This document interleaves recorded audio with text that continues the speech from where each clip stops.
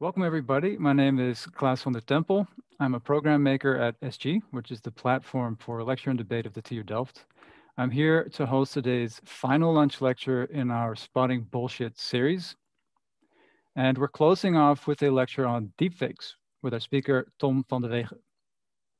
Just to quickly introduce him, Tom is a Belgian investigative journalist and a foreign correspondent, or formerly, I believe, right? Former foreign correspondent for VRT News. Not formally. I'm still doing that. Okay, still actively I just came back from the US for the US election, so I'm now a special correspondent, you could say. Excellent. Yeah. All right. Well, Go ahead. You are a journalist. Certain experiences as a journalist, which I'm hoping you will touch on later, have led you to develop an interest in deepfakes and to apply for a fellowship at Stanford University in the United States to research deepfakes, artificial intelligence, machine learning, and of course, how they affect journalism and society. So for our audience today, we should have plenty of time for questions at the end of Tom's presentation, which will take about 30 minutes. Please note that this lecture is being recorded. It's going to be put on YouTube in a week or two when it's ready. And that includes the Q&A at the end. But don't be afraid, your faces and your names are not going to appear in the recording, so no privacy concerns. So please pay close attention, take notes as you hear all the information that Tom is going to provide us today, so you can ask him lots of questions at the end.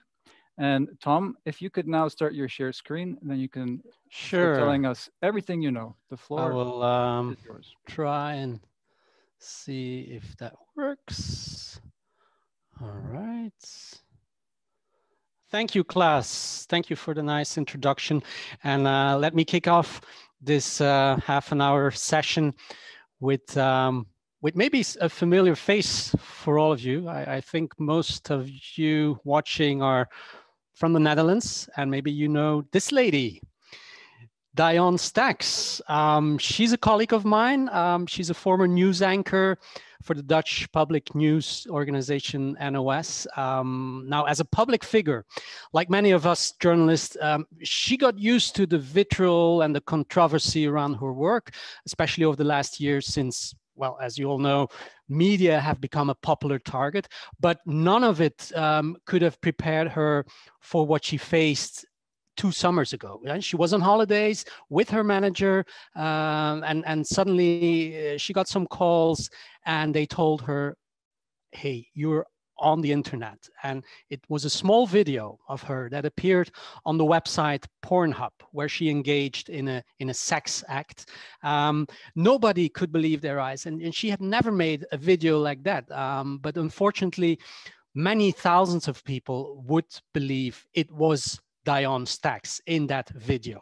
And the fake sex video went viral in a matter of hours. It became an international story, as some of you may remember. And her manager tried to take down the video. They opened a case even with the police to trace the creator of this video and to sue him. But yeah, the damage was done. And the video was shared thousands and thousands of times. Copies appeared all over the internet.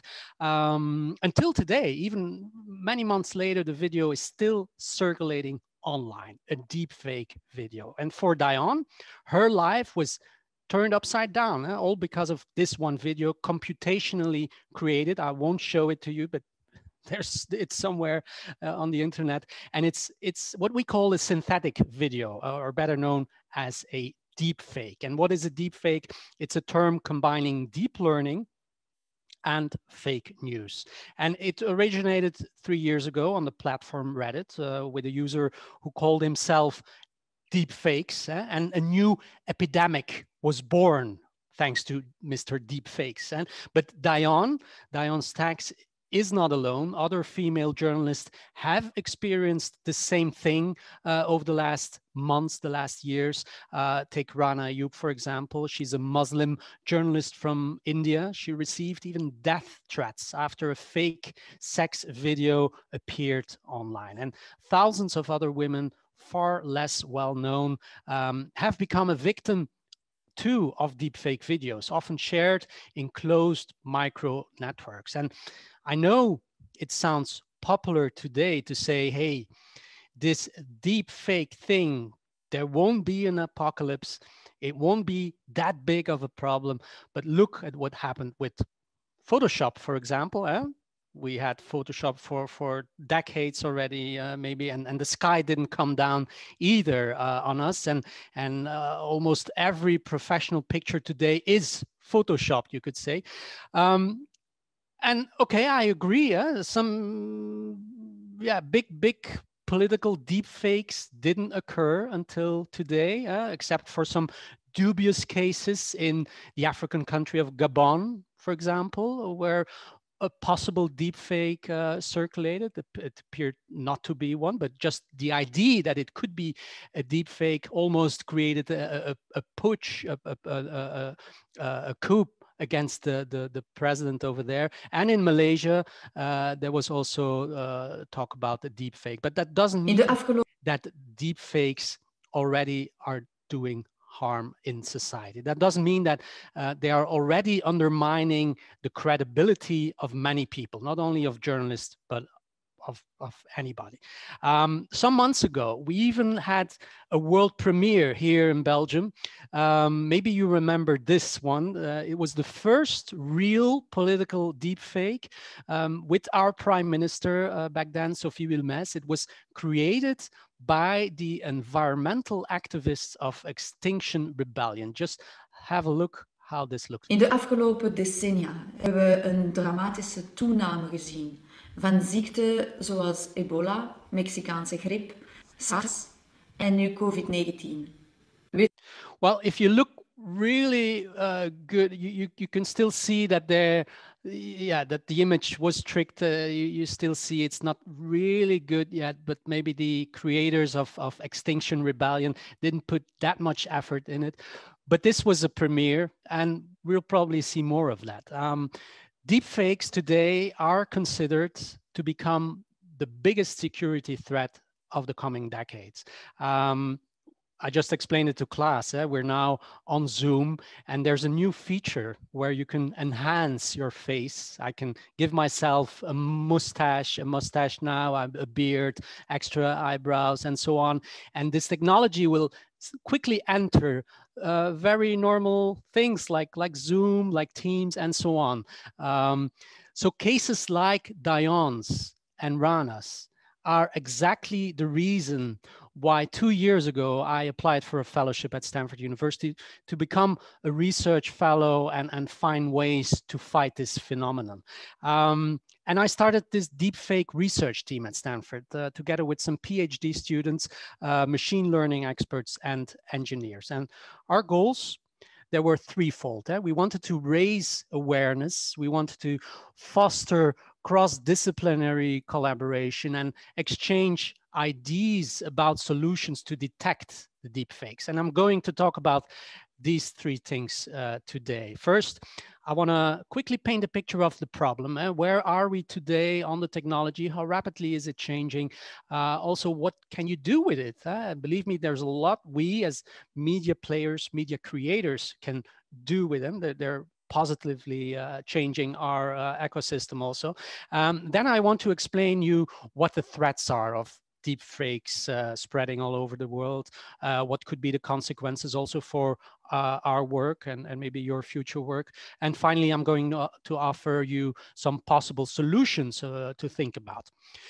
First, let us see how big the problem is today. Let's start with about 3 years ago, when I was alarmed for the first time by this phenomenon. There were only a couple of examples available. And then by the end of 2018, about 7,000. And today, by the end of 2020, we probably see more than 30,000, and it's climbing. It's probably much more. And as it was the case with Dion and Rana, we've seen a cascade of fake porn videos, mainly featuring people's favorite female celebrities, for example. That's the majority. Most of the targets also live in the US, in the UK, and the entertainment and the fashion industry are among the most targeted sectors, you could say. How to create them? Well, it's easy. Today you can go on YouTube and pull up countless tutorials with step-by-step instructions on how to make a deep fake on your desktop application, or you just can order one for $20–30 maybe. We call it DaaS, Deepfake as a service, and soon we may be even be able to make them on our cell phones. It's becoming cheaper and easier to create a deep fake. And compared to 2 years ago, the techniques for developing synthetic media are becoming better, more common, and easier to use. You only need some time, some energy, a good graphics card, a good CPU to create these hyper-realistic deep fakes, even without much learning of our knowledge of machine learning. So what do we understand under deep fakes? Well, it's now become a passepartout term for every kind of synthesized media, from pictures to video to audio to text to yeah, you name it. Everything can be deep faked. Maybe let's play a little game here. I only see a couple of people watching with their faces here, but I would like to have a show of hands. What picture you think was deep faked completely, generated by a computer? What lady is real and who thinks it's the left one? Put the hands in the air. Nope, it's the right one. That's the one that's real. You have another chance. Who is real here? Rights? Who says rights? Yeah. Sorry, it's the left one. You see how good they are? They are all fake, these profile pictures. And they are, in fact, Facebook profile pictures. We discovered them recently. They were all fake profiles supporting Donald Trump. They were all taken down by Facebook. And to show you how far it can go, this LinkedIn profile of a woman named Katie Jones also appeared, and she graduated from Stanford University. She worked for really important think tanks in the US, and she was very well connected to all kinds of officials in the government. But in fact, Katie did never exist. Her picture was not stolen or anything. It was created from scratch by algorithms. And this is progressing very, very fast. And so this is the progression, for example, in an image generation of the past 4 years, from kind of blurry picture to not very realistic looking to very realistic on the right. And as you witnessed, this technology is improving unbelievably fast. I'm now going to show you a few state-of-the-art techniques to create synthetic media. For example, this tool by Adobe. This is already widely in use, also in newsrooms since a couple of months. This is the Adobe Content Aware Fill, and you can remove objects in the video like you can do in photos. There's also a tool now that can change the weather, for example. You see here a very grayish sky, but you can have it created in the video with a bluish background and so on. And think of how difficult this will become for us journalists to fact check the situation in these videos. You can also use real people as puppets, for example, by manipulating their facial expressions, just with a few selfies. We see here. You can do that, for example, with the Mona Lisa. Just for example, this one. I'll have a quick drink. So there was never a real video from the Mona Lisa, of course, but with only one picture, you see how, I'll try this again, how she becomes alive. And that's really remarkable. This one was just released. We live in a time of extraordinary opportunity. Breakthroughs in science, technology, and medicine are curing illnesses. So you see how you can have people say about anything. This previous shot that was introduced the any-to-many and audiovisual synthesis technique for transforming a speaker's voice into potentially infinite number of other styles. And the important thing to understand is this: the amount of what we call training data today has gone dramatically, which means that many people are becoming more vulnerable just with one picture that's circulating online. So you only need a few data anymore. And the market closed today with Apple's stock price at $191.45 per share. Here we replace 91.4 with 82.2. Okay. The market closed today with Apple's stock price at $182.25 per share. So this is a text-based editing of a talking head video developed by Stanford University. You just change the text and the video will also change. It could be helpful for a weather forecaster, for example, when he's forecasting 30 degrees Celsius tomorrow, and actually it will be -10. He can quickly change that in his text, and then you won't need any camera setups and so on. But think of the dangers, of course. This, what you see now, is all research, but it's not a product yet. But the progress on the research is quite rapid and far more rapid than many people are expecting.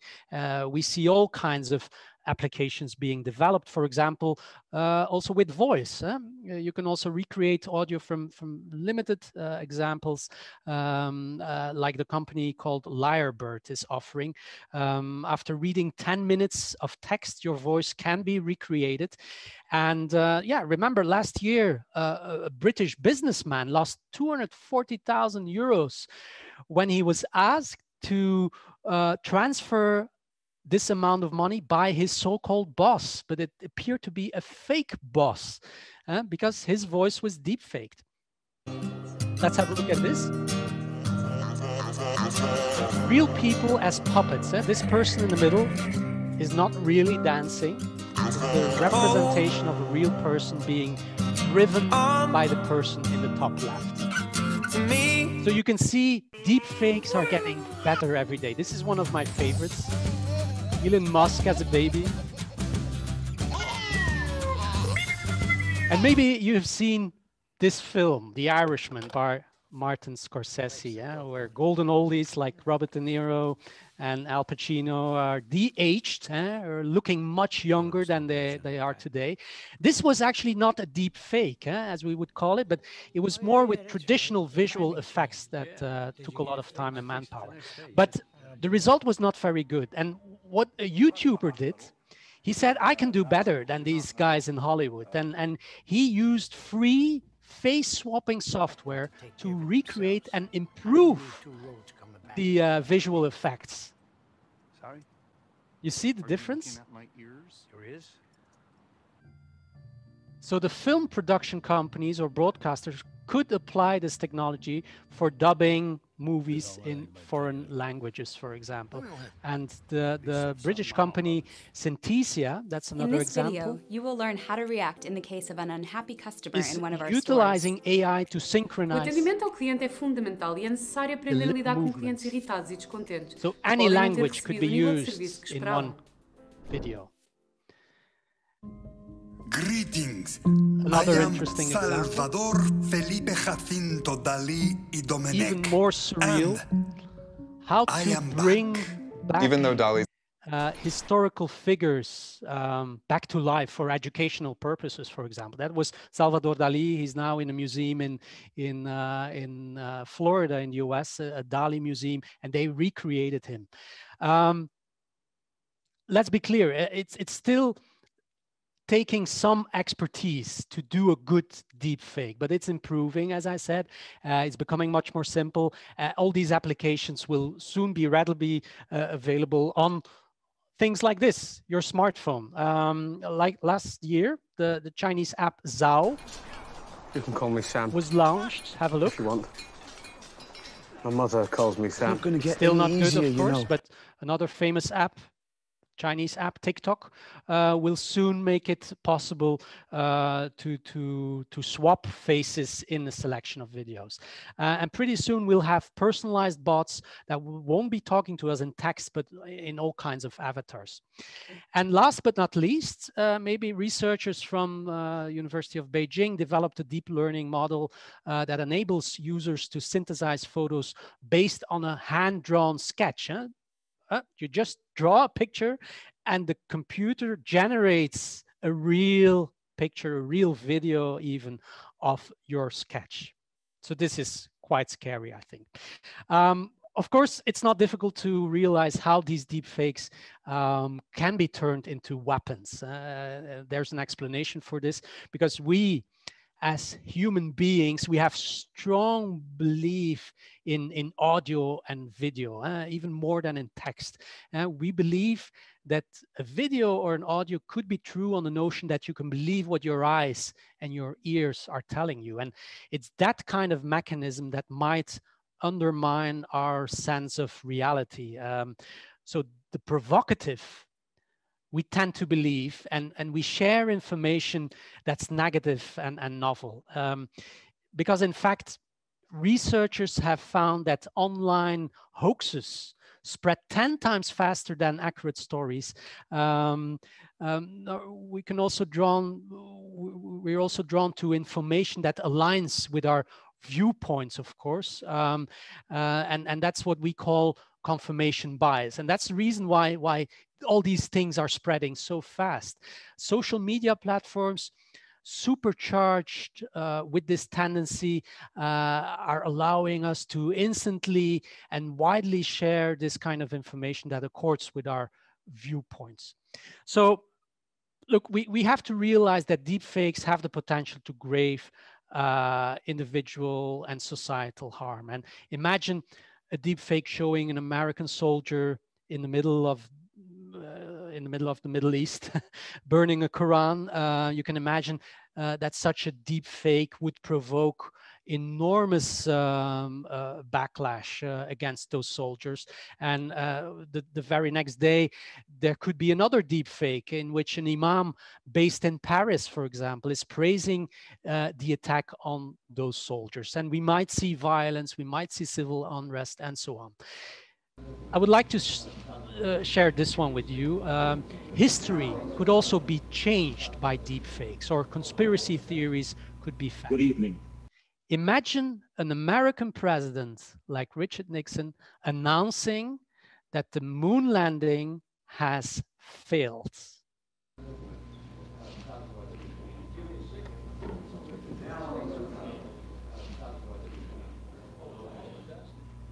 Good evening, my fellow Americans.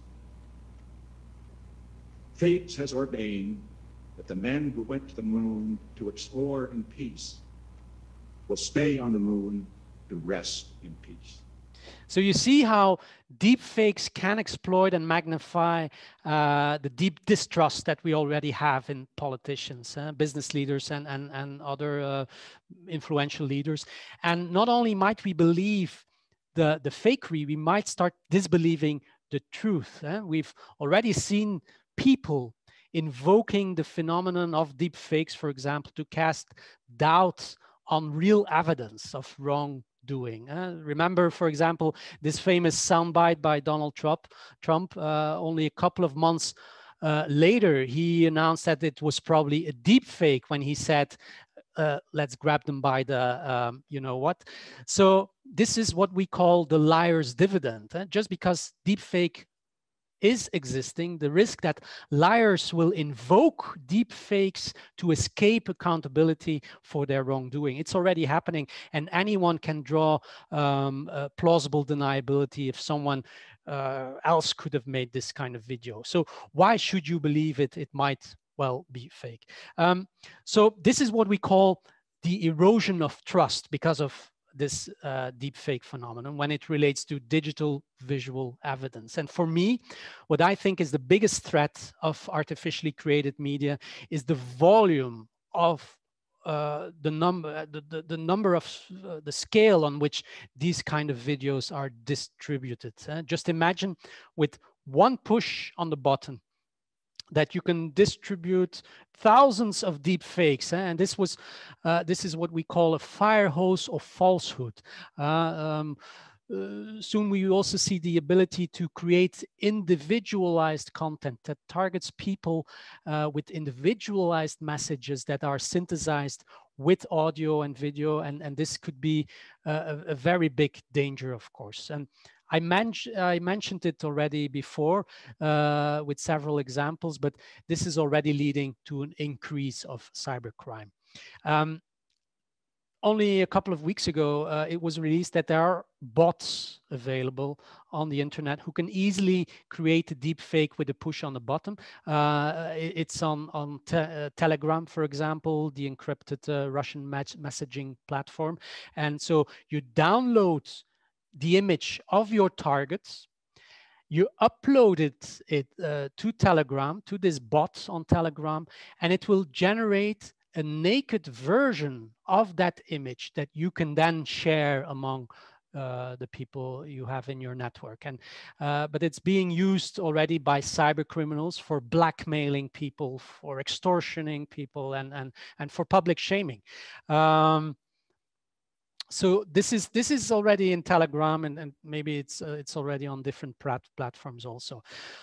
Now, of course, what can we do about this? What can we do to stop those threats, you ask? Well, let's have a look at detection. A little spoiler alert, maybe. There is, until today, no silver bullet to detect deepfakes. It's clear that any technological solution involves an arms race, an AI arms race, as deepfake creators are quickly to catch up with the latest detection techniques. I think of recently how researchers found out that people in deepfakes, for example, in the beginning, they were not blinking like we do, like normal people do. Well, soon the deepfakes were created with blinking people. But this arms race, I believe, should not stop us from thinking about solutions, of course. And with our deepfake research team at Stanford, we've created a sort of internal challenge to come up with solutions. One of the solutions was AI against AI. That's a fascinating approach, fighting back with the tools based on the same deep learning techniques that have been used to create deepfakes. And so we built a process which basically learns to detect forgeries and tells you that what it detected is a forgery, and it's using the same iterative process you use to build the forgeries. And my fellow teammates, they created, for example, this tool, Sherlock. It looks promising with a detection rate of about 96%. Later on, I'll show you other examples of that, but it's mainly focused on portrait deepfakes.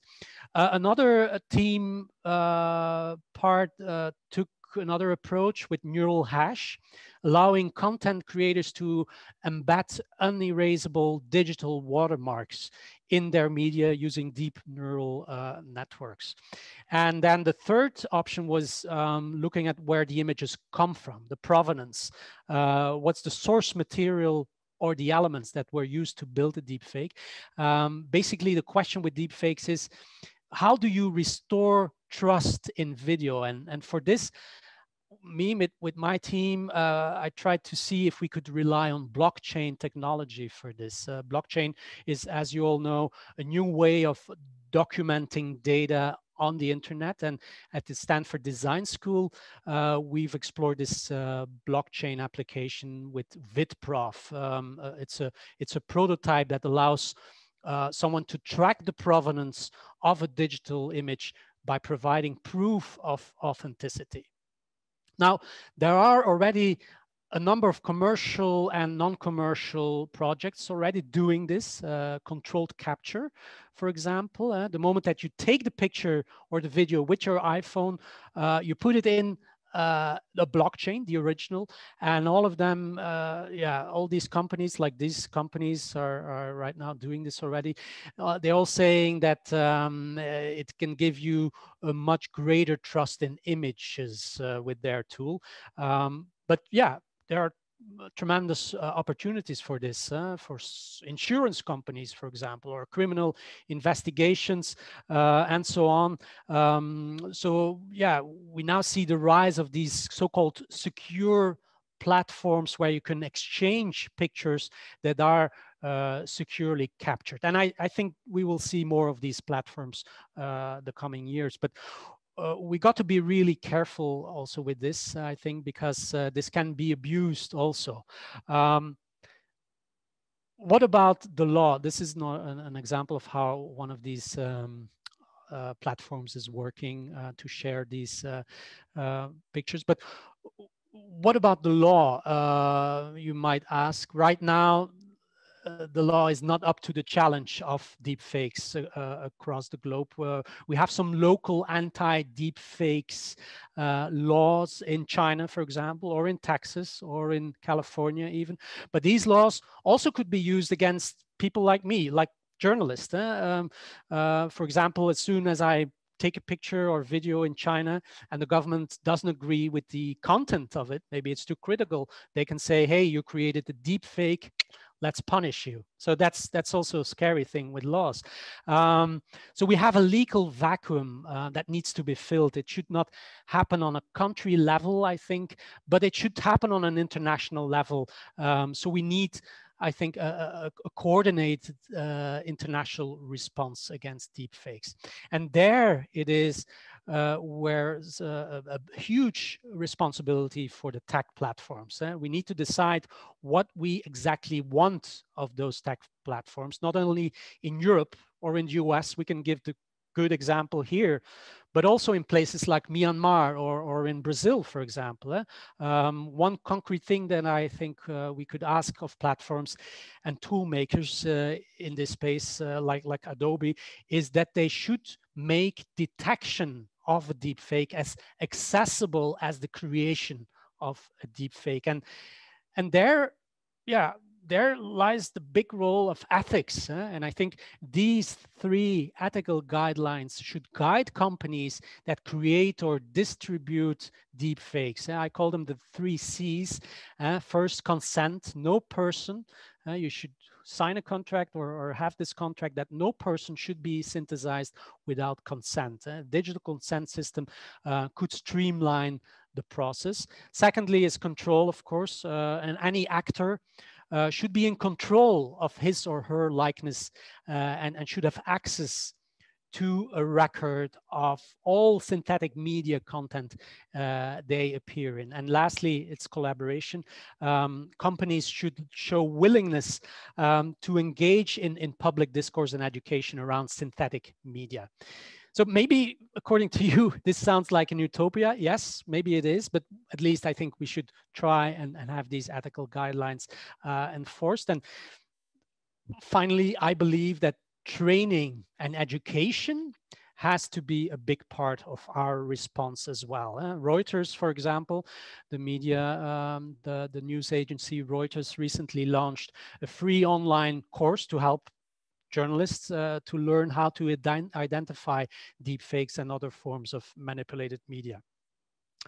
And as I mentioned before, there's not an easy literacy around deepfakes as it's evolving so fast. And we have to realize that maybe today the biggest threat is not coming from deepfakes yet, but from what we call so-called shallow fakes, like this existing video that is being recycled, mislabeled, staged, or re-edited. Remember this doctored video of US House Speaker Nancy Pelosi. It's not a deep fake, but it's a cheap fake or a shallow fake.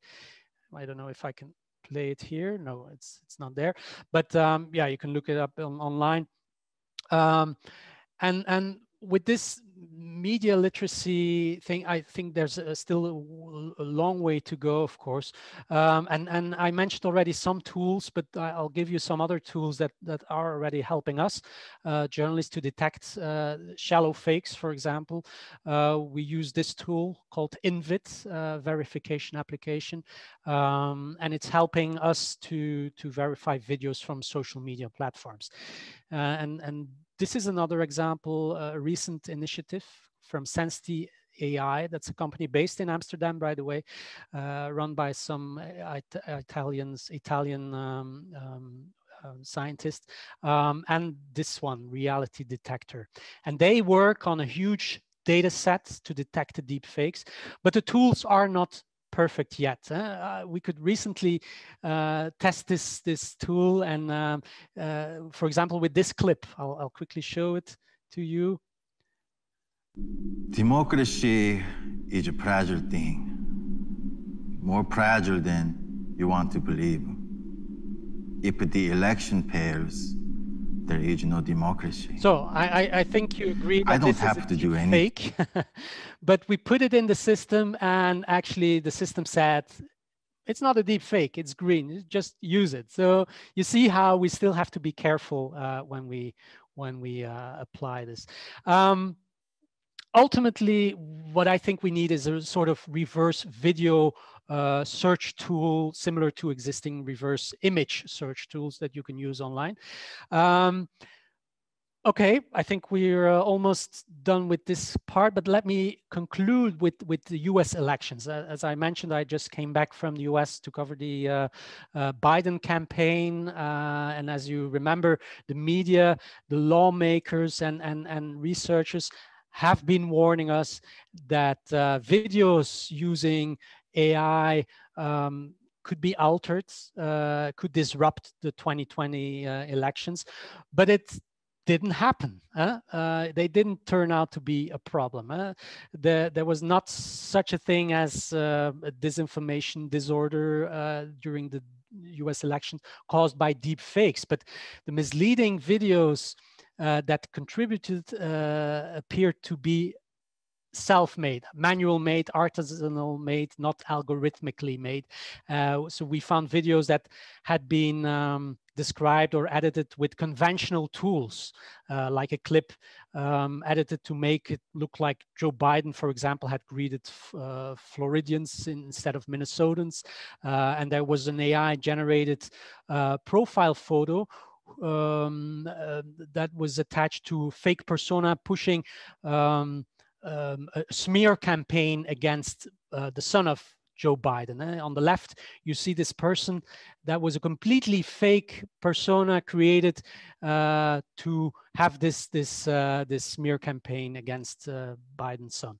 So these were two deep fake video campaigns that they tried to warn those voters in the US of the potential of deep fakes. But maybe it's a question that will come later, but I think one reason that deep fakes were scarce during the 2020 campaign was because they were not necessary. Anyone could see already different disinformation happening this year, and you didn't need to master difficult AI algorithms or pay for a deep fake. There was too much disinformation already around, or you just could retweet a tweet of the current president, of course, already. So you didn't need the deep fakes. You could say they earned a reputation for unique and deadly precision, but we have to be honest, today they're still not that good yet. For a while, it is likely to be easier to fake reality using conventional tools or conventional production techniques than difficult deep fakes. So yes, we've seen a lot of headlines warning of an apocalyptic consequence due to deepfakes, but fortunately this apocalypse didn't materialize yet. But the dangers of deepfakes, that's how I want to conclude, are real. We've seen that everybody could become a victim, like Diane and so on, and we have to prepare, I believe, and build resilience, and sort of like we're waiting for a vaccine against COVID-19, we have to inoculate people, inoculate society against such a thing as deepfakes. And this is the part where we, you, me, we're all involved. We need a better radar for fakery. So as we're working through these solutions, that's going to be a lot of suffering, but for the sake of individuals like Diane Stacks, like Rana, and so many other victims, maybe you could become a victim soon. And maybe the biggest victim we call trust. For the sake of democracy, we need to step up and take every opportunity to enhance critical thinking in our society. And this is the best vaccine against disinformation. I thank you. And I'm... Thank you so much, Tom. Can you stop the share screen? Yep. All right. Where are we on the time? I talk too much, probably. No, we're good. We're good. We're good. Okay. We have at least 10 more minutes. Thank you for that very comprehensive presentation. You answered a lot of the questions that I had prepared. But it's a lot, I know. It is a lot, but this is a time for everybody who's here to ask your questions. You can unmute yourself if you want and ask a question directly of Tom.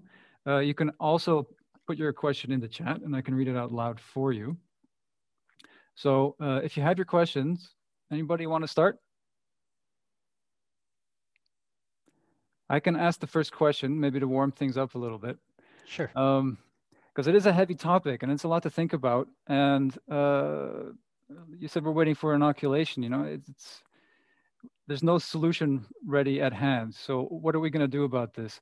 And you talked a lot about how different platforms are responding, governments are responding across the planet, journalists are responding, etc. I wonder how much we can expect from just you and me as citizens to be inoculated, you know? And I'm thinking also of a generation gap, of an education gap, that not everybody is going to be able to receive or understand the tools for dealing with this. So according to, who do you think, who is the onus really for protecting us from deepfakes?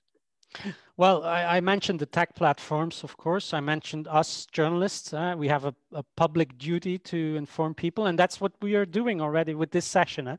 And I don't fear that it will become a big problem in our region or in our country, in the Netherlands or in Belgium. I mean, people are getting aware of the problem. And that's something that I, like 3 years ago when I was writing this proposal for Stanford University, I mean, deepfakes, nobody heard of the term.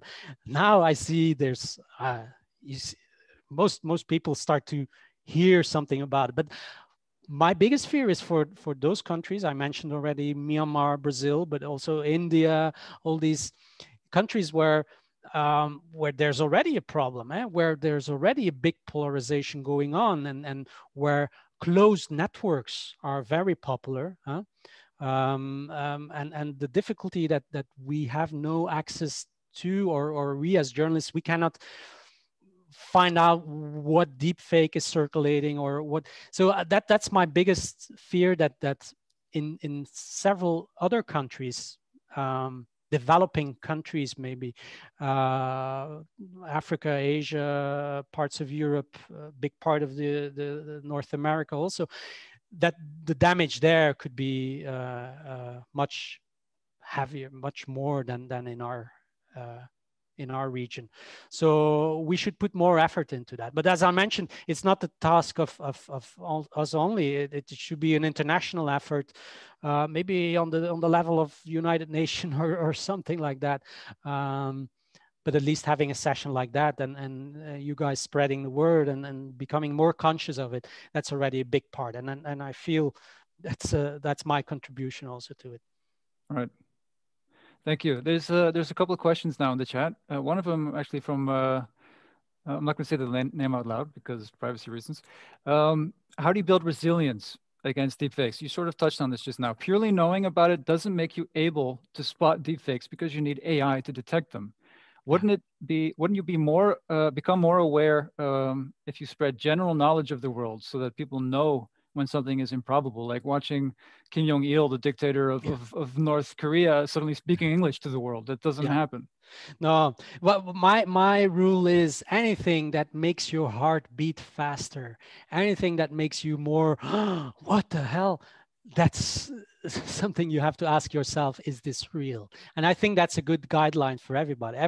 Everything I talk to my children, they're like 11 and 13, and I try to educate them, say like, hey, don't share anything before you really know that it's true, that's as soon as you feel emotional towards a certain clip or anything, think about it. Maybe don't share it or wait another day, and maybe use a tool that's available online. You have several tools available that could be another session or a follow-up session to this one, but there are tools that you can use. You can put the clip in, and then the using machine learning AI that will try to analyze the clip and see, hey, there's something wrong with it. Yeah, this should be more even for us journalists. I mean, I'm probably part of a couple of colleagues, but we're the only ones who can work with these tools. This should be common knowledge, and it's part of education, as you say, maybe in primary school already. It's a digital literacy that we have to create. Yeah, but it's also going against kind of a human nature, your response. If you're triggered emotionally by something, you want to share it because you want to see how other people feel about it. And especially with audio and video and pictures, it's even more of a problem than text.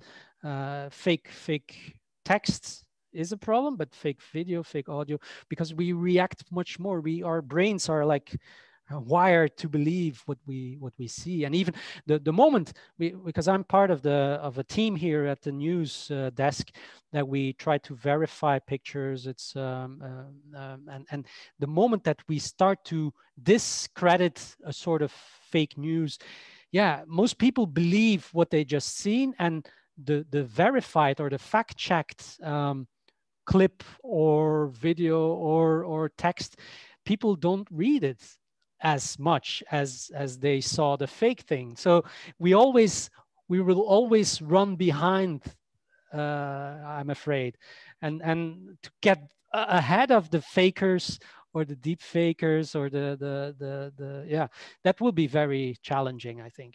That actually brings me to the next question in the chat. This is very interesting, also about this arms race between detection and creation of deepfakes.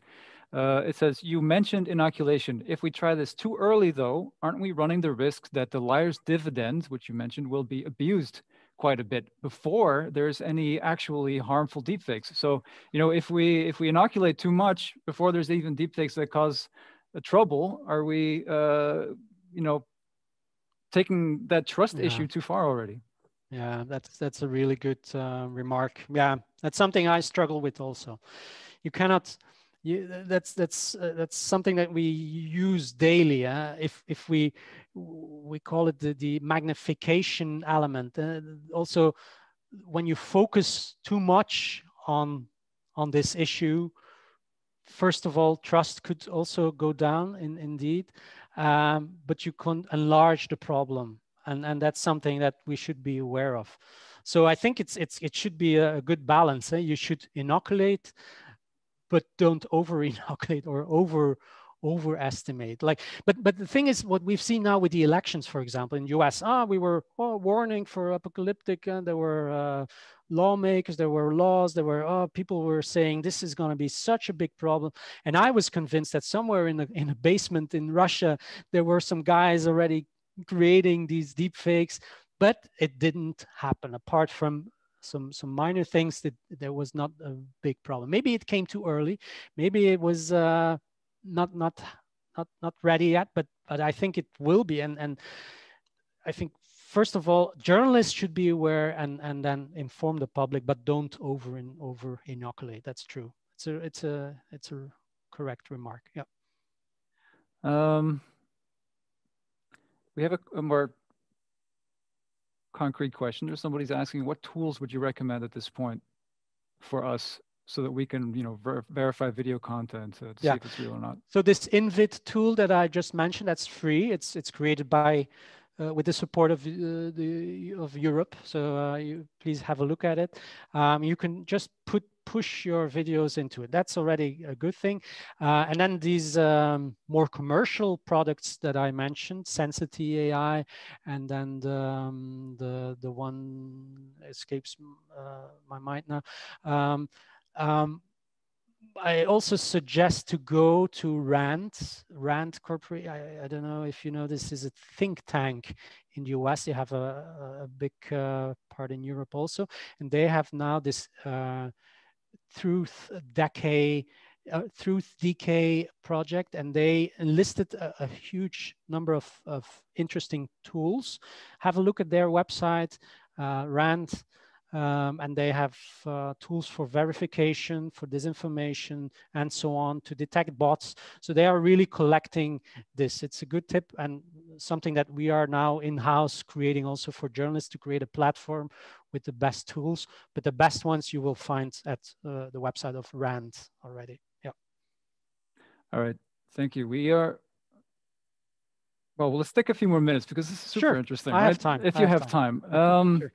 There are some more questions in the chat. I have one that I'd like to ask myself as well. I mentioned it at the beginning, introduction. You have some experience yourself with being called a fake news correspondent in China. Am I getting this right?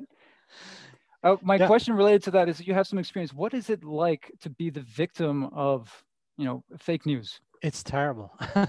I will quickly explain the thing that happened to me 12 years ago. It is exactly 12 years ago almost. Yeah, I was doing a story in China when I was correspondent in China for World HIV Day on December 1st. I was in one of the provinces in China where HIV in the 90s was a huge problem, and from there it got all over Asia because of a blood scandal. The local government was taking blood of the farmers and was selling it, and so on, and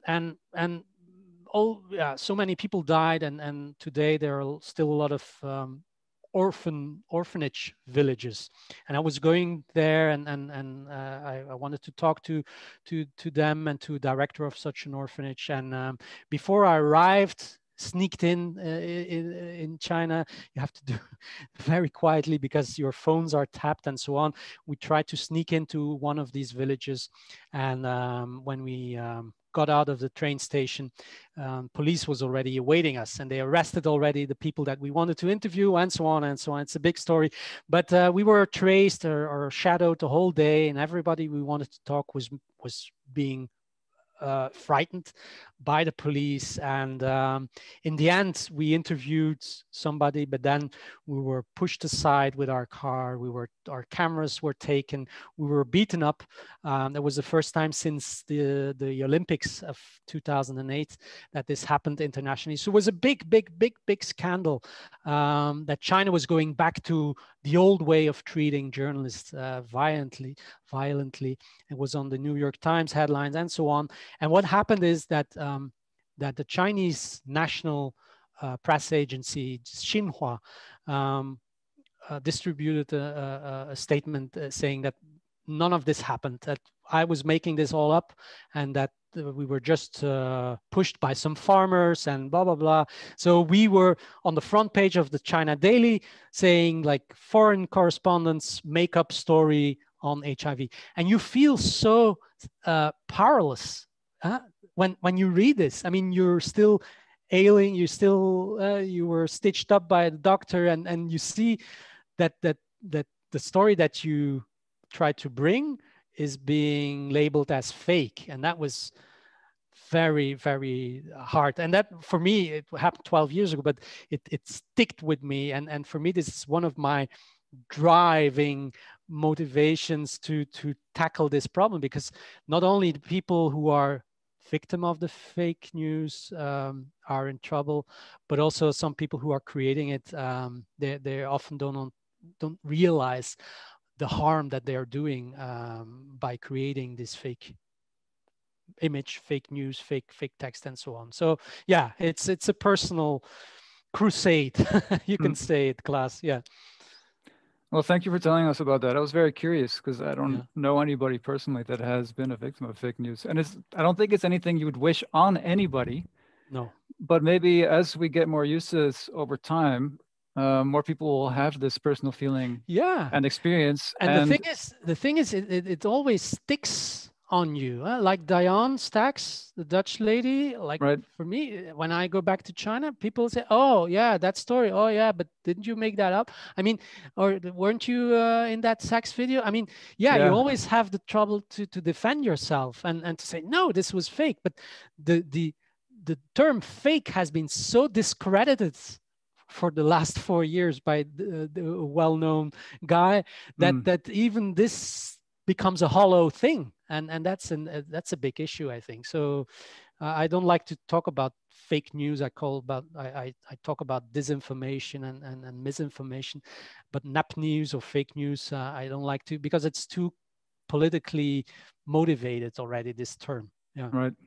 Let's end with one last question. Let's take it from the personal to the social again, because it feels like if you're the victim, you're an individual, and it's kind of on you. If you have the help from technology to prove your innocence, great. But can we trust? This is a question from the chat, by the way. Can we trust the ethics of the large platforms? Someone like Zuckerberg at Facebook, can we trust them with the power of monitoring deepfakes for us? That's a really good question, and I have my doubts to trust them completely. I mean, yes, they're doing some efforts. It's happening, but it's also, I mean, if you see how much traffic it generates for them, huh? If you realize this all happened at Stanford University, I learned it over there, by the way, that professors today are feeling guilty because one time years ago they invented it, that they said like, hey, as if you spread this kind of message online, it will trick your brain and it will create a sort of hormone, dopamine, or sort of to let people come back to this, and the more emotional the news is, the more people will use the platform. And so it's all built on this idea that it's generating money. So if you have the boss of a huge platform like Facebook saying, hey, we're all tackling it, and he's also attacking his own business model, and they will always find ways. So I have my doubts that they are really straightforward with their approach to tackle the problem. They will just what we've seen, the discussion in the last couple of months, how Twitter was much more strict on taking away disinformation. Facebook was putting a label on it, or being more like, more Catholic into it. They try to not interfere. They still use the freedom of speech idea to let it happen. And I'm not convinced that they have the right approach yet, but they're working on it, and it's a good thing. Yeah. Well, it's definitely a work in progress, and the arms race will continue. Yeah. Maybe, definitely. like you said, maybe we can invite you back again to the TU Delft somewhere down the line to have a part 2, a follow-up to this lecture. I wish. I was really looking forward to join you guys in real. Because I've been to your university once, and I love it, and it would be an honor to be there. So let's stick with that promise, and let's meet each other in real person when we're allowed. Okay, that would be great. You've been a wonderful guest today. There are a bunch of good questions that we did not have time enough to get to. If you like, I can send those to you by mail.